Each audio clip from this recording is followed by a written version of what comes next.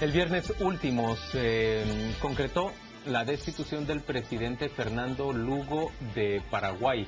Él salió del poder después de que en el Senado, ellos tienen un organismo legislativo de 2 cámaras, constituido el Senado en tribunal político, pues se diera una votación abrumadora en favor de la salida del señor Lugo. Él aceptó mansamente esa decisión del Senado, pero poco después, y a partir de ese día, ha estado diciendo que anhela volver al poder, que este fue un golpe de Estado en realidad el que se dio en su contra, que fue un proceso legal porque la Constitución paraguaya lo reconoce, pero que él lo considera absolutamente ilegítimo. Y junto al señor Lugo, prácticamente todos los presidentes sudamericanos han ofrecido su apoyo al presidente defenestrado y han exigido a Asunción que se le vuelva a dar el poder. Mientras tanto, el señor Franco, quien era vicepresidente, Federico Franco, del señor Lugo, ha asumido la presidencia del país. Vamos a conversar hoy con Roberto Wagner, él es experto en relaciones internacionales y queremos tratar este caso que por supuesto atrae la atención de muchísimas personas, no solo en América Latina, en todo el mundo prácticamente. Buenas noches, bienvenido. Muchas gracias, buenas noches. Bueno, como bien decía Juan Luis, legalmente se aplica lo que es el artículo 225 de la Constitución Política de aquel país, que permite los juicios políticos para casos específicos. Sin embargo, no se dan ningún tipo de garantías procesales para un juicio de esta naturaleza y en 28 horas se altera la primer magistratura de un país. O sea, esto es inaudito. Se cuestiona que le dieron muy poco tiempo para defenderse, pero en términos reales, ¿qué probabilidad, qué posibilidad tenía él de salir bien librado en una Cámara donde él tenía 5 afines y fueron 39 los que votaron en contra de él? Definitivamente yo me inclinaría más a decir que es un golpe, precisamente por el hecho de que mi lectura de los sucesos es que en el momento en el que se convocó a juicio se sabía que iba a salir Lugo. Es más, el actual presidente Franco dice, fue muy apresurado, pero prácticamente de una forma inocente, reconociendo de que iba a salir o iba a salir.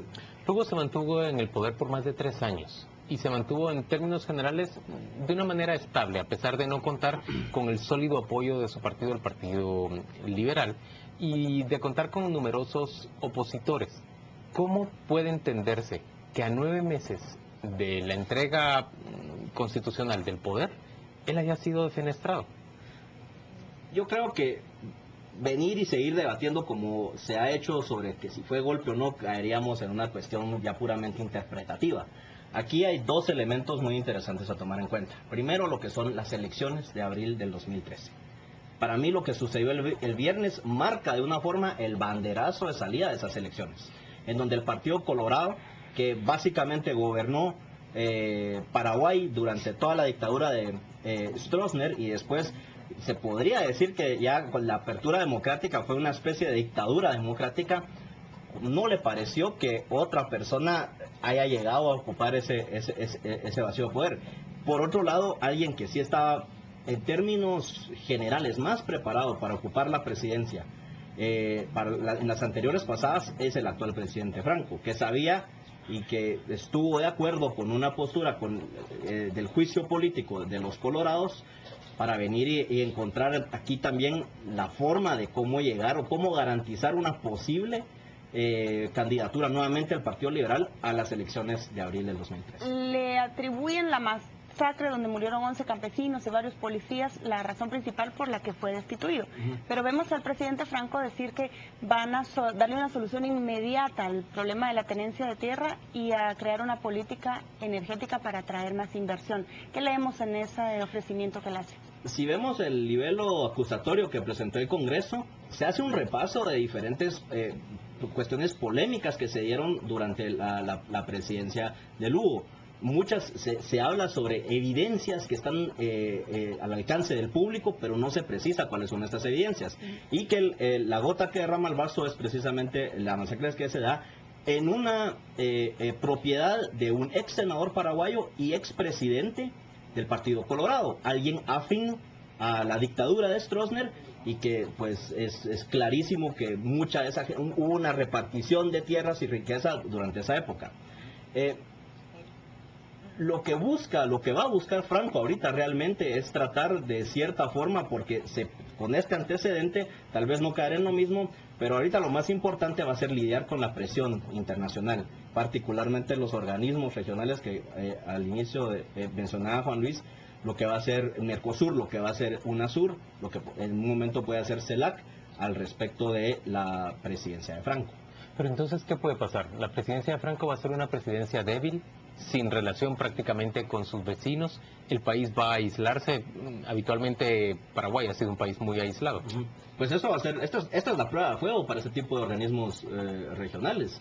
A ver cómo es que van a tratar el tema. La presidenta argentina, Cristina Fernández, ya ha dicho incluso de un posible rompimiento de relaciones comerciales. La presidenta Rousseff de Brasil ha hablado de sacar a Paraguay del Mercosur. Que son ya retiraron embajadores también. Ya han retirado Colombia, embajadores, Ecuador. pero este tipo de sanciones comerciales al final del día van a ser la prueba para ver si Franco aguanta estos 9 meses en el poder, en lo que se dan las elecciones y cómo va a ser esa campaña presidencial, o si no aguanta, simple y sencillamente va a llegar otra persona que no va a ser definitivamente Lugo para aguantar ese tiempo para las elecciones. ¿Lugo tenía alguna posibilidad de influir en las elecciones del año 2013?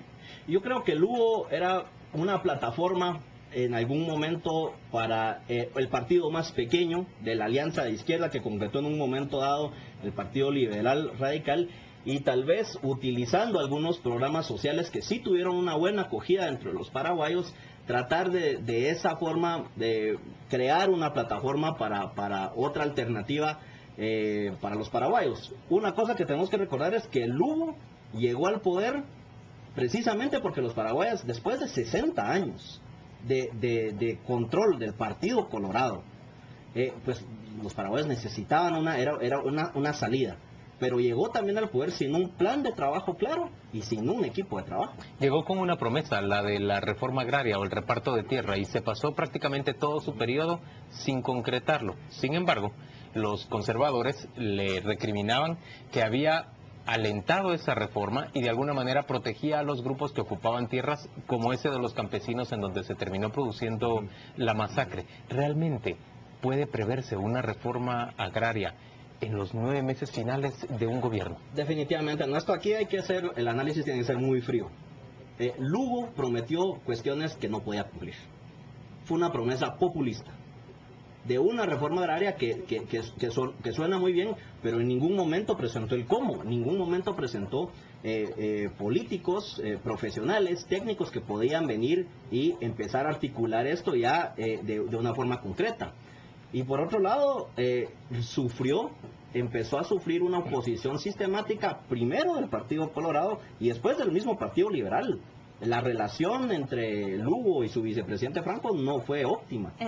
Es notorio cuando él lo asume el puesto y lo sustituye. Desde hace muchos meses prácticamente Franco era una situación parecida a lo que vemos a veces en Panamá, por ejemplo, donde hay cierto choque entre el presidente y el vicepresidente. Pero esto que yo te preguntaba, o sea, cuando él dice que va a solucionar, le va a poner solución a este problema de la tenencia de tierras, ¿qué podemos asumir? ¿Es que va a regresar,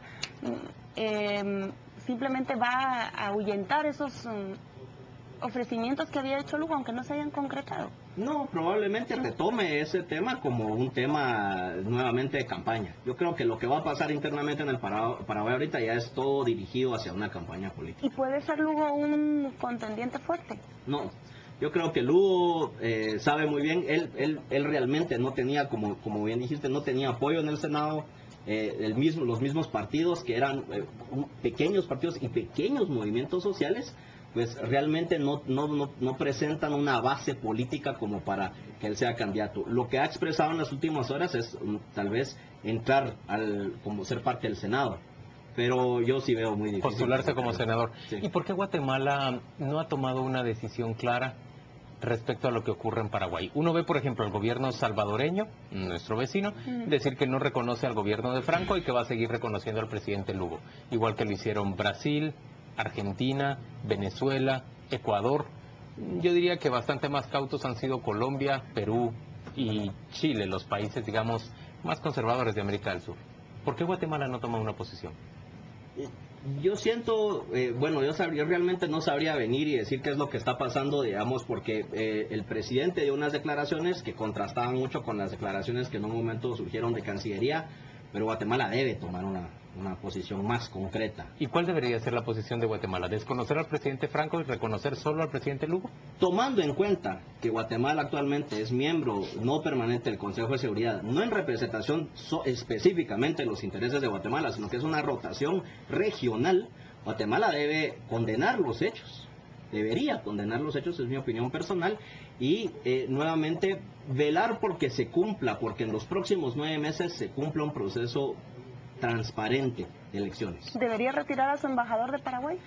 No tenemos... Guatemala no tiene embajador en Paraguay. Embajador en Paraguay, que eso nuevamente yo tal vez sí quisiera recalcar. No tenemos ni en Paraguay ni en La Paz, ¿verdad? Ni en Bolivia. Creo que son las dos naciones en América del Sur, bueno, y las Guyanas tampoco tenemos. Entonces hay embajadores concurrentes, y eso también es un elemento que podríamos entender. Nuevamente la transmisión de información puede ser dificultosa al no tener un embajador al que uno pueda llamar y decirle qué está pasando, cuáles son los hechos, y en base a ese reporte trabajar. Esto también podría ser una razón, pero debería ser, debió haber dado el gobierno de Guatemala una postura más pronta y más específica. ¿Puedo preguntar por qué no tenemos embajador en Paraguay? Porque resulta demasiado costoso para Guatemala tener embajadores en todas las tal vez demasiado costoso también asumir una postura entonces al respecto, que mejor muchas veces se considera que ciertos países las relaciones diplomáticas con esos países pueden ser cubiertas fácilmente desde Buenos Aires, desde Montevideo. Entonces es cuando se busca la concurrencia. Roberto, gracias por acompañarnos a las 8:45. Muchísimas gracias. Vamos a la pausa comercial, volvemos dentro de muy poco.